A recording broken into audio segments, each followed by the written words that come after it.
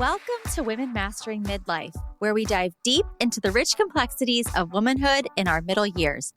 I'm your host, Victoria Bird, a pharmacist, certified women's health coach, and your guide on this transformative journey.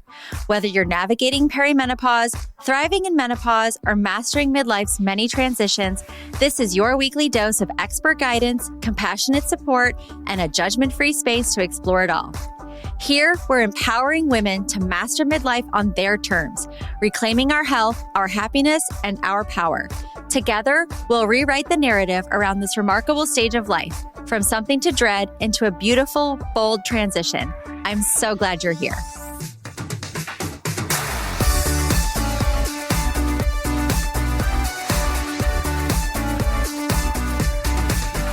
Today on Women Mastering Midlife, we're joined by Julie Ruelle, a seasoned registered dietitian with over 20 years of experience in nutrition and metabolic health. Julie blends clinical nutrition expertise with practical, real-world strategies that help people improve their health through food. She currently serves as a registered dietitian for the GoCoco app, a tool designed to empower users to reduce reliance on ultra-processed foods and support metabolic well-being through informed food choices. Julie is known for translating complex nutrition science into actionable guidance, particularly around the health impacts of processed foods, sustainable eating habits, and metabolic health across the lifespan. In this episode, we explore how nutrition intersects with hormones, energy, and chronic disease risk, and how women in midlife can approach food with more clarity and confidence. Thank you so much, Julie, for joining me on the show today. Yeah, thank you. It's so great to be here. I'm so excited to talk about all of this today. I geek out on science and food, and so when we get to combine the two things, it makes me very happy. So this is going to be fun. Yeah, I agree. So you've spent more than 20 years working in nutrition. What originally drew you to this field, and how did it evolve over time? It's definitely evolved over time. So that's throw that out there. But what drew me initially is just I was pretty athletic growing up, and nobody really ever spoke to me about food. It wasn't really much of a conversation about what are you eating, how are you fueling yourself. And it was more when I stopped being so athletic, I went to college, I started to notice food really does affect how much I weigh, how I look, how I feel. So I started learning things about it on my own. And then I realized, wow, this could actually be a career. I mean, it's something that I was finding that I was really interested and really passionate about.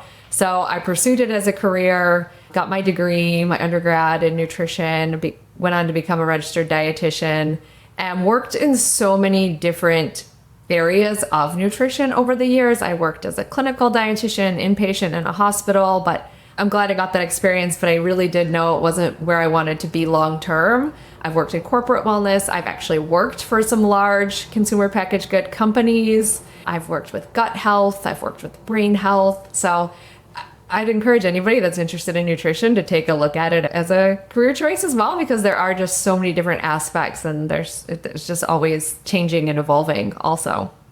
Yeah, I think from my time in the hospital as a pharmacy student, I just thought of registered dietitians as they work in the hospital and they make the food plans for people who need either restrictive diets or whatever it need be. But there's so many other things that can be done with that kind of career and that kind of education. I also think it should be more of a part of our basic fundamental education. It's just not talked about enough. Even high school health classes, it's barely a nutrition conversation. So I definitely think that that's something that people should look into, even outside of career, but just knowledge for your own well-being. Yeah, very true. So right now you're working with the GoCoco app, and can you share a little bit more about that? Because I mentioned it in the introduction, and it's really fascinating to me because we all have our phones. We're all staring at our screens quite often. So having that kind of access to information at your fingertips, can you explain to me how it supports people and the food choices that they're making in their everyday lives? Yes. So I'm all about the more knowledge we have, the better. We can make more informed decisions with the more knowledge that we gain. And that's what I really love about working with GoCoco. So it stands for Go Conscious Consumer. So really the whole theory here is to inform consumers so they can make the choices that are best for them and their families. And there's two main features in the GoCoco app that I think are really helpful and also a little bit fun. So you can scan any food with a barcode, and it will give you a score 0 to 10 based on how much added sugar, how much refined carbohydrates, how many ultra processed ingredients there are in that food item. And that's something I want to talk a little bit more about as we're discussing today too, is what is an ultra processed food? What does that mean? What do they do to our bodies, especially in midlife? So I know we're going to get into that. And then it also gives you some healthier swaps right within the same category. So if you scan like a protein bar and it comes back with a low score, it'll show you some other protein bars that have higher scores. And then the other fun thing you can do with the app is you can take a picture of anything that you're eating, a meal, a snack, a beverage, and it will tell you what percentage of that food is ultra processed and what percentage of it is real food. So real fruits, vegetables, grains. You can set your goals for what you want them to be. It'll tell you the number of carbohydrates, the number of fiber, depending on what your goals are, and it'll track your progress over time. So there's a lot of really neat, fun, educational things you can do with the app. Wow. So it's really cool for me because I've worked with a lot of women like tracking macros and understanding macro profiles of foods. But there are the women who they're just completely not interested in tracking. And that's totally fine and understandable. And I definitely wax and wane between my desire to track and my desire not to. But things like understanding the fiber content, I think is important. So this app allows women, or well, anybody, but in my particular audience, it will be women, but it allows them the opportunity to understand the types of food in the meal they're eating without necessarily diving into that calorie counting or any of those kind of things. There's also a lot of disordered eating patterns that can be created that you're avoiding by using this app particularly. Yeah, you set what your goals are. So if you're interested and you just want to increase your fruits and vegetables, that's what the app will tell you. So there's a lot of personalization. To your point, we're all different. We all learn differently. We all achieve our goals differently. So there's a lot of different personalization aspects to it. And I think that's something that makes it unique. Yeah, that's awesome. So there's many women in midlife that struggle with low energy, weight changes, shifting hormones, all the things. How do ultra processed foods contribute to those challenges from a metabolic standpoint? Yes, I would love to talk about that. And I think if you don't mind, I'm going to take one step backwards and define an ultra processed food. Okay. Because That's there's perfect. it's been a little bit of more of a buzzword lately. So people might have heard of it recently. It was a relatively newer term, and I think it's still a little bit misunderstood. So just because something is processed doesn't always make it bad for our hormones, our energy, things like that. So processing can be beneficial. Processing can be making milk into yogurt. It can be freezing or canning vegetables. It can be taking wheat and making it into flour. So all of those things can be really beneficial for preserving our food supply, for getting our food supply into ways that we can utilize it year round instead of only when they're in peak freshness. Processing is not inherently bad. Where it becomes a little bit more of a health concern is when we are talking about ultra processed foods.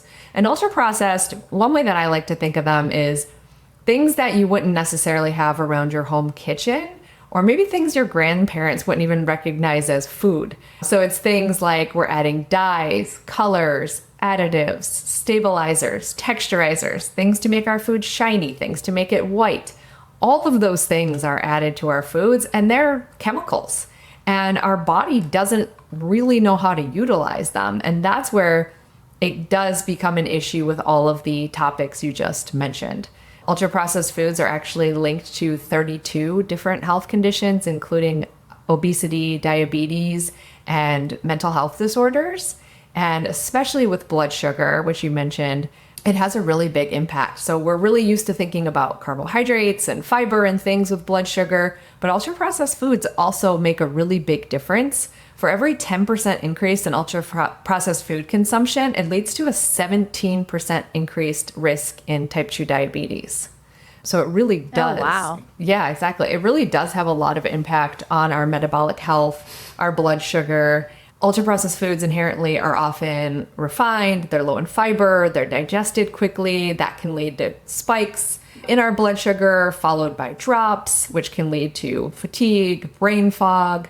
During midlife, our insulin sensitivity may already be changing, so these ultra-processed foods can really enhance make these conditions feel even more pronounced. If we're having frequent blood sugar drops, that requires repeated insulin release over time. This can lead to insulin resistance, which is already more of a risk during midlife. So again, we're just kind of piling on. Ultra processed foods are also engineered. They're not grown, they're engineered. They're designed in labs to be very palatable, easy to overconsume. They're usually low in protein and fiber. And so that again, kind of the same piling on, and they can lead to chronic low-grade inflammation because they're often made out of refined oils, added sugars, emulsifiers, all those things that can kind of pile inflammation onto the body. And all of these things can mess with our gut, can mess with our hormones. So yeah, it's kind of like a perfect storm of what we really do want to reduce, especially around this age range. Yeah, I mean, when you're reading a nutrition label and you can't pronounce a percentage of what's in the label, that's probably a sign that this might cause some health issues down the road. So, because I was thinking about when you were talking about processed versus ultra processed, I never even thought about, because clearly I don't have the RD background, that processing is canning, freezing, turning wheat into flour and those kind of things. And so, because not often do we hear ultra processed foods, when they talk about it, they just say avoid processed foods. And that can be really overwhelming for people if they start to look into what is a processed food. And it says something like canning your green beans, because that can be a great cost benefit to people. It gives you access throughout the year, like you said. So I really appreciate you clarifying the difference between processed and ultra processed, because I just learned something too. So thank you. And that'll help me in my wording when I talk to clients. Yeah, my pleasure. I definitely like to kind of start conversations with that because it's definitely confusing. And like I said, ultra processed is a newer term. It hasn't been around forever. It's within the last few years, it's become a lot more popular. I would say within the last year, it's become much more popular. But kind of to your point, in my career as a dietitian, something that I used to always advise and still do is one really smart, easy thing to look at is the ingredient list. And can you pronounce the things on there? Do you recognize them as food? And like you said, if not, then, that's a really good clue that it is an ultra processed food. And now with a tool like GoCoco, in addition to checking out that ingredient list, you just give it a quick scan and it tells you what of those ingredients on there you can't pronounce are ultra processed markers, what they're doing, and kind of what the health risks of them might be. So just giving us even more information. Yeah, that kind of gives us the transparency that the food makers aren't really giving us. Yeah, they don't want us to have this information, but we are all figuring it out. And like I said at the beginning, knowledge is power. So that's what we really want to do. We want to empower people. Yeah. And one of the things that you mentioned was insulin resistance. And in talking about metabolic health, it's not just simply calories. I know a lot of women in this stage are worried about the weight gain and the resistance to weight loss, but that the metabolic health of your body also includes insulin resistance, metabolic syndrome, the inflammation that happens. So can you talk a little bit about like the issue that we have with metabolic health and not just being worried about calories? Yeah, so metabolic health refers to all of the ways that our body utilizes food. So utilizes it as fuel, utilizes it as excess. So it certainly involves a lot more than just calories. We could think about our metabolic health in a very positive way. How are we fueling our body with things that make us feel good? So when we are eating more whole foods, things that are rich in fiber and protein and complex carbohydrates and healthy fats, we're also feeding our metabolic health with the things it needs. We're fueling it with B vitamins, which are really very important during this time, the healthy fats for heart health and lowering that inflammation that I mentioned before. So metabolic health for me is a huge, huge topic, and there's a lot of it that's good. So we should also be thinking about how we're fueling our metabolic health in a good way with nutrients. And then when we're thinking about what could be taking away from our metabolic health, certainly refined carbohydrates, excess sugar, those inflammatory fats, and certainly those ultra processed ingredients that don't have any nutritional value at all. They're just there to make things have different colors and be more shiny and different flavors, all the flavorings that are in there. So there's a lot to think about with that. Yeah, because I think I hear a lot the phrase, what used to work for you doesn't work anymore. And midlife women need to worry more about they need to worry about more than just calories in versus calories out and those kind of things. But I don't feel like the conversation is about inflammation or insulin resistance that needs to be happening. And it's the quality of the food you're eating that can really have an impact on that. Yeah. And like I said, I think especially people who are having to deal with blood sugar sensitivities, which really is almost half or more of the population, these ultra processed foods are really contributing to it. So I think that's one way where we can make a very noticeable shift in our metabolic health is cutting back on these ultra processed foods as much as possible. Yeah.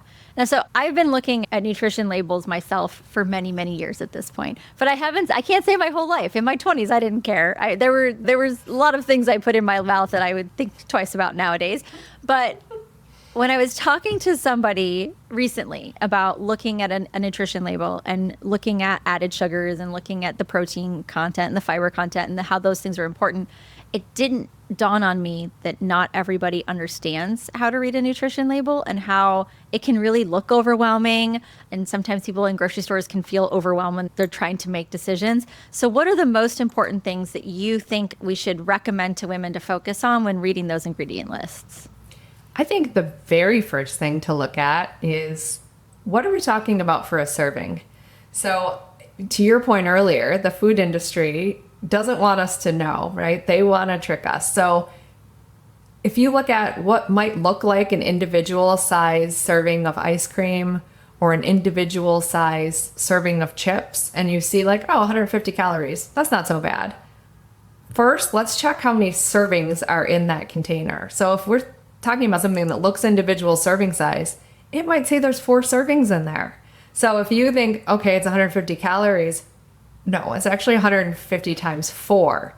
So yeah. I always advise, let's look at that first. And let's figure out what's a reasonable serving. Like, is it reasonable for you to eat 1/4 of that package, or is it reasonable to eat the whole thing? If it is, fine. But let's look at the nutrition information for the portion we're actually going to consume. So that's where I usually start, is serving size. Let's see if that makes sense. Let's figure that out first. I always look at added sugars. I want that number just as low as possible. And added sugars haven't even been on food labels that long. That's a relatively newer thing. And I'm so grateful that's on there now, because I'm not anti-sugar overall. Like fruit, dairy, carbohydrates, they all provide some sugars. But natural sugars, that's what I want people to be consuming. So when we have added sugars, that's the number that I want. I mean, ideally at 0 or as close to 0 as we can be. Then I look at fiber, because fiber is filling. So I want there to be fiber in that product, but I also want it to be natural fiber. Just because something is good doesn't mean we should just go adding tons of it to everything. We've been through that trend with fiber. We're going through that trend with protein. Exactly. Yes. So yes, I love protein. I think protein should be a part of every meal, but I don't think it should just be added to everything we eat. I think it should be naturally in there. And that's the same thing with fiber. And it's not like added sugar where it'll tell you if it's added fiber or fiber that should be there. So that's where the ingredient list does come in handy. We want to read the ingredients. We want to see what's in the food. And that goes back to, can we pronounce everything? Does everything that's in there make sense? And also the GoCoco app can just kind of give you some clues and tricks and things. If you scan it there, you'll get a lot of insights. Yeah, when I talk with women about fiber, they're like, what fiber supplement should I add? I was like, yeah, avocados. like, let's talk about whole foods, because a lot of those supplements don't make you feel good. Right. You get the bloating and the water retention and the gas and all the things that come with it. And it's not adding as much benefit as you could get from natural food sources. I didn't realize that fiber, they don't specify that like they do sugar. Maybe that'll be next. Maybe we could appreciate that. Maybe that'll be next. Yeah. For now, we have to go to the ingredient list and see, like, is there inulin added to this? What is it that might be contributing to that fiber number? But if it's like 100% whole rolled oats and nothing else, the fiber's coming from those whole rolled oats. It's not coming from any additives. So the ingredient list really does give us a lot of clues. Yeah.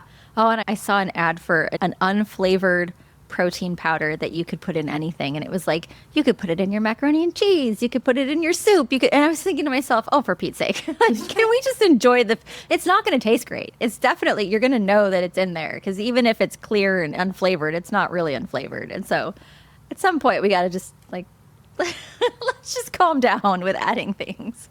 It's the whole basis of everything I talk about is choosing whole, real foods as often as possible, and adding things kind of goes right against that. So Yeah. Yeah, I know. I know. Well, and to me, cottage cheese, like, don't make me add cottage cheese to everything. Like, please. I can barely stomach the idea of cottage cheese on its own, but please don't add it to my favorite foods. there are some really fun memes online about Yes. just put cottage cheese on your cottage cheese and top it with some cottage cheese and you'll be fine. Yeah. Throw more cottage cheese on it. It'll all be okay. To be fair, I think cottage cheese itself can be a very healthy snack because it is high in Yes. protein and calcium Yes. and all kinds of things, but I don't Yes. think everything you make needs to be made out of cottage cheese. No, you put a little olive oil on it, some salt and pepper, maybe some cherry tomatoes when they're in season. I'm sold. Like, I will eat that as a snack any day. But please don't add it to things that it normally doesn't reside in. That does sound yummy. Right? Hi there. I'm taking a break for a moment to tell you a little bit about something I've been diving really deep into. I have become completely obsessed with women's gut health, microbiome, estrobolome, probiotics, prebiotics, you name it. I'm learning all about it. And I want to share that with the Women Mastering Midlife community, which is why I created a live gut health webinar that'll be hosted only in the Women Mastering Midlife community. The Women Mastering Midlife community is a space for women who are tired of piecing together advice from social media, rushed appointments, or conflicting headlines, and instead want education that actually makes sense, a community of women who are going through the same thing, and access to experts right at their fingertips.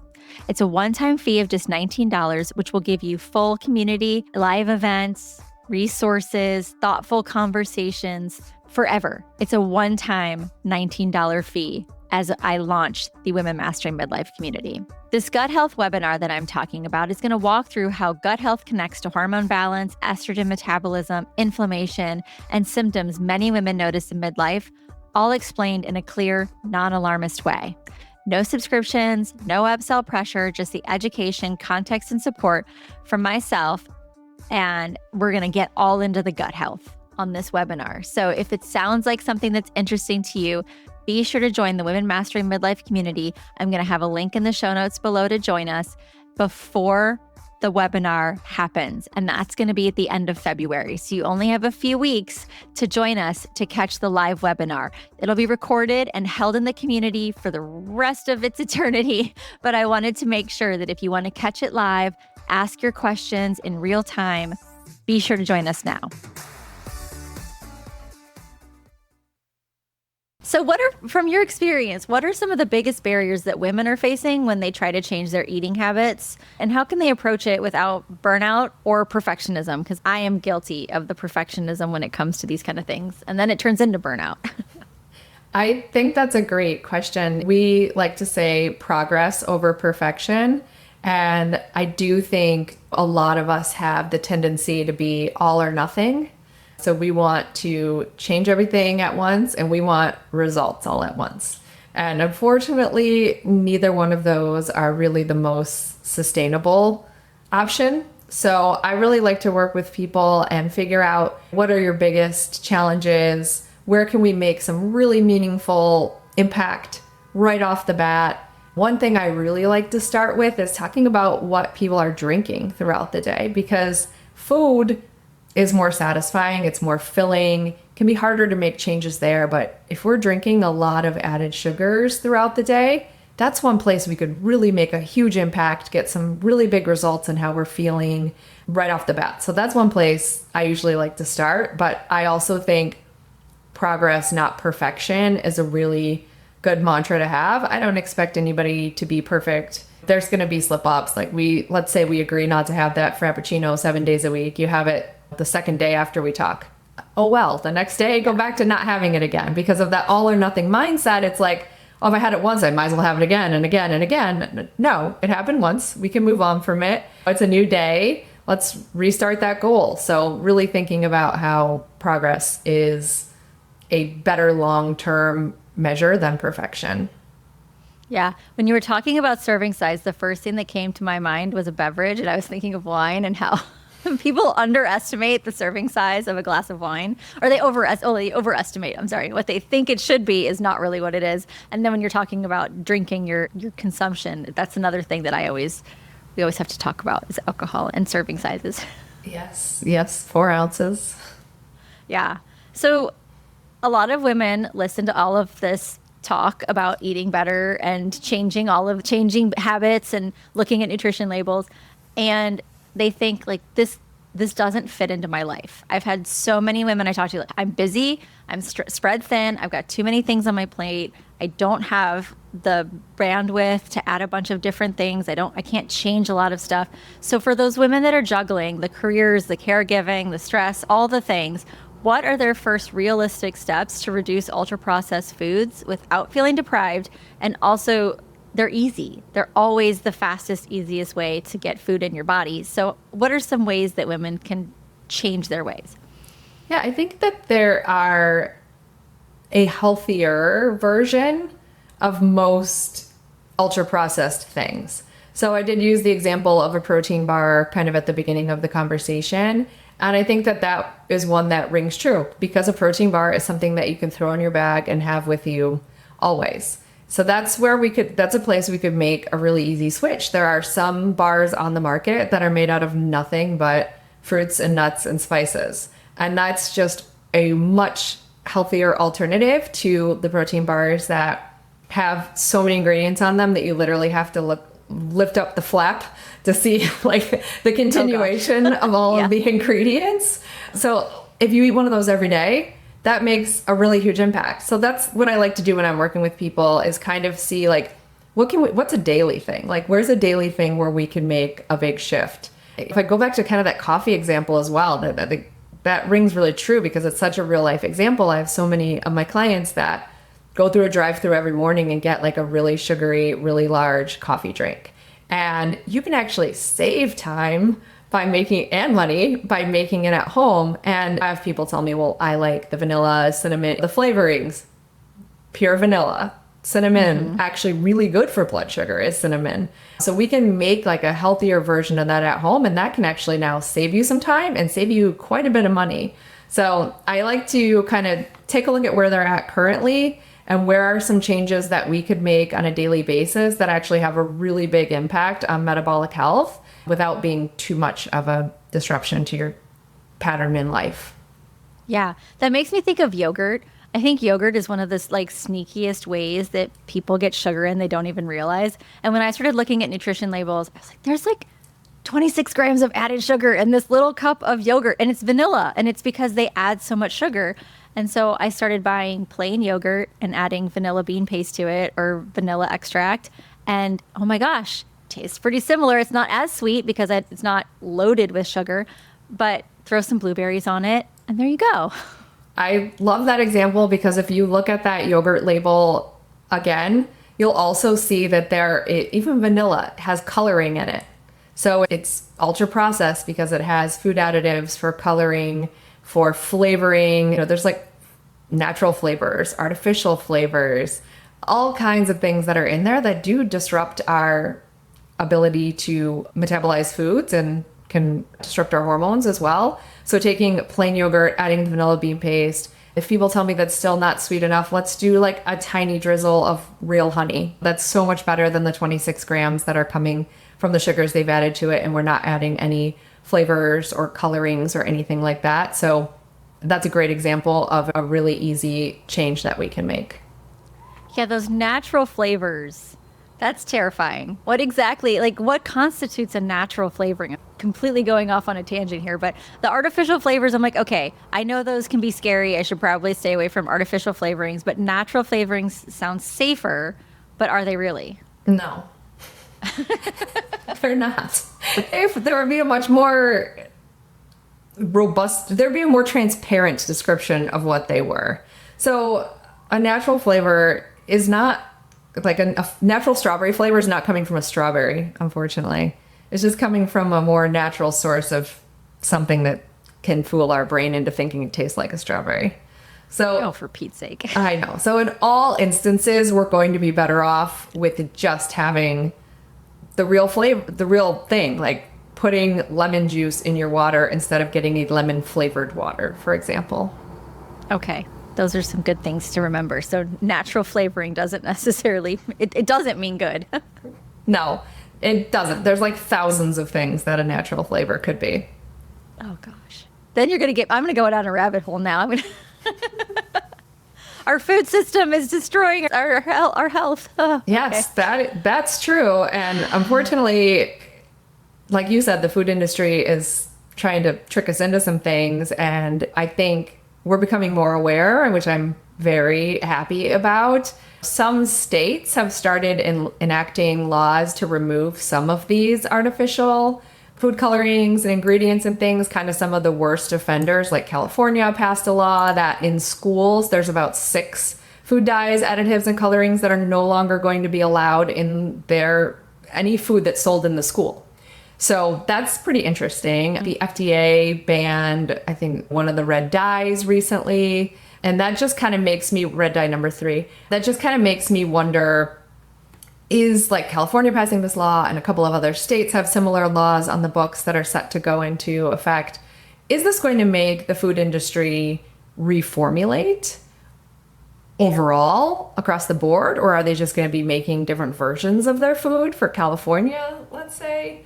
That's something that I'm very curious to see how this plays out. And the FDA banning red dye number 3, they have until 2027 to get it out of our food supply. So they basically said, like, we know this is terrible for you and it causes all kinds of increased risk for diseases and things, but we'll keep it in there till 2027. Don't worry about that. We're more concerned about the food manufacturers and them having the ability to take it out. And another thing that is interesting about that is a lot of these food dyes and additives and things are already banned in Europe.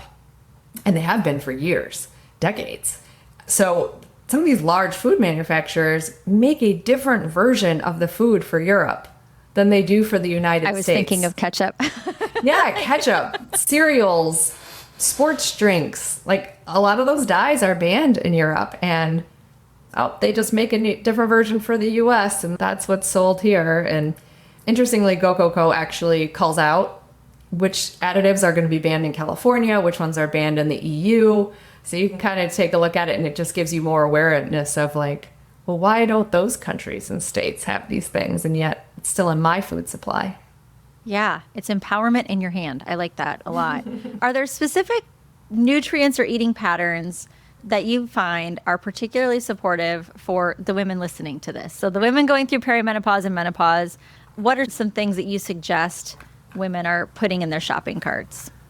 So for nutrient, we've already spoken about fiber in its natural form. That's really important for insulin sensitivity, insulin, digesting our foods more slowly, really important around this age. So having a naturally high fiber diet.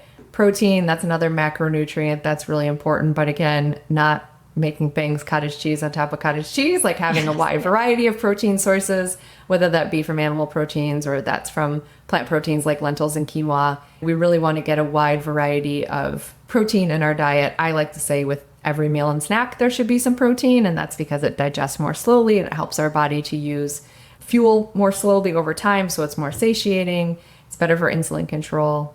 And then healthy unsaturated fats are really important for this time period because we are wanting to reduce inflammation overall, reduce our risk for heart disease, and those healthy fats are doing that. And then there's a lot of vitamins and minerals that are important for us in this age range, and B vitamins, zinc, copper, selenium, minerals that are really important. And truly the best way to get all of those important vitamins and minerals is to eat a varied diet made out of predominantly whole foods, meaning fruits, vegetables, whole grains, lean proteins. So those vitamins and minerals that we need are in all of those natural whole foods. Yeah, and when you were talking about your track of experience and education in becoming an RD in your career, you talked a little bit about brain health and gut health and how that was something that you found to be important to understand. What are some things that you've seen scientifically? Like, is there research out there to show that there are foods that do affect mood and some of the symptoms of menopause, like if we're having brain fog or mood changes, sleep issues, are there foods that women can add to their diet or make sure aren't in their diet that will help with these symptoms? Yes. Short answer, yes. Long answer. Give me the long one. Go ahead. Long answer is kind of going back to a lot of what we've already said. So there's a big connection between our gut and our brain. So what we eat, our gut talks to our brain. It's sending signals back and forth all day long. So what we eat absolutely can impact our mood and how we feel. And simple carbohydrates and sugar, they send like a boost to the brain and we're like, whoo, I'm awake, I feel great. But then it's digested so quickly that within 30 minutes, that boost is coming down already. And the low is even lower than it was before the high. So it's like a roller coaster effect all day long of ups and downs with energy crashes. And our brain says like, oh, you know, when I felt better, when I had that sugar, go get me more sugar. So it can absolutely lead to sugar cravings throughout the day to have added sugars. So when people tell me like they have a big sweet tooth, they always want something sweet after a meal, I'm always encouraging, let's have some fruit. Or if that's not going to work, how about 70% dark chocolate? A small piece of that. Like at least we're getting a lot of nutrition and some fiber in there with the sugar. So that's a better change. Talking about the gut, we absorb nutrients better when we have a healthy gut. And to feel our best, we want to be sufficient in all of our nutrients. And as we are entering this time period, we tend to become depleted in some of our nutrients, like our B vitamins and things. So we want our gut as healthy as possible, and keeping our gut healthy with probiotics. So from things like yogurt and fermented foods or supplements, and prebiotics, which come from many different types of fibers. So having a diet high in fiber, prebiotics are the food for the probiotics. So we want both of those living happily in our gut. All of these things are going to impact the way that we digest food. So when we eat food, we get the most that we can from it. We're getting the most nutrients from it. When we have a healthy gut, we're better able to absorb those nutrients. Yeah. And one of the things healthy guts and estrogen metabolism is a big thing for me. Like if you don't have a healthy gut, your body isn't metabolizing estrogen the right way, which could affect you having too high of an estrogen level or too low of an estrogen level, given your gut system. So there's a lot. The gut is amazing. And I think that we've just now scratched the surface of what we're going to be learning as far as gut health is concerned. And I feel like 15 years ago, it was crazy to talk about your gut. Now all of a sudden, everybody understands that there's a connection and there's hormones involved and it's a second brain, I feel like. Yeah, definitely people would have thought we were pretty crazy for saying that 15 years ago, but I agree with you. I think we might understand like 5 to 10% of what we need to understand about the gut, but that's just leaps and bounds ahead of what we knew like 10 to 15 years ago. So I think we've learned a lot, but there's so much more we're still learning about it. And I just think that that's like the next emerging thing that we're going to find out so much more about our gut and how this all impacts our health, overall health. Yeah, I'm excited to nerd out on gut health.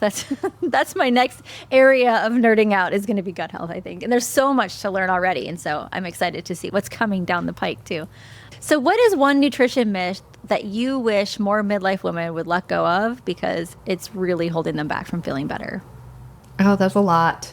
We've talked about a couple, so I'm trying to think one we haven't talked about yet. I mean, you did kind of mention calories. So one thing is like, we don't have to be super restrictive in calories to get the results that we want. One thing I really sometimes like to focus on more than calorie restriction is actually, what do we need to add to our diet? What are we lacking in that we can add that really would make a big health impact? So I'm not often very focused on calories. I'm much more focused on diet quality a lot of times than I am on really calorie counting at all. So I think that's one myth that I really like to talk to people about is that's not my number one focus. And I've been doing this for a long time. So I like to look at a lot more factors than just calories in, calories out. I think that there's a lot more to it, and let's add things to our diet. What can we add that's healthy, and let's add instead of take away?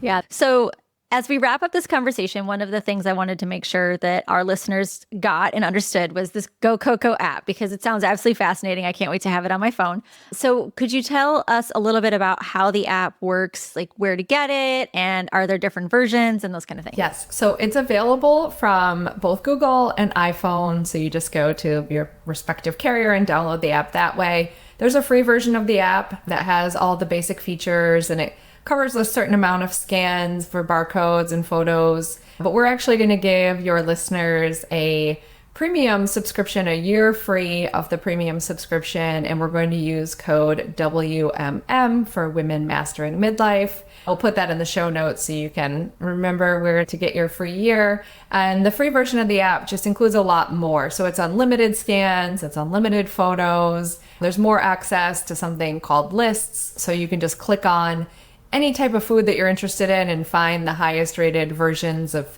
bread or cereal or those things that are the least processed and the healthiest versions of each type of food. So all of that will be available to your listeners for 1 year for free.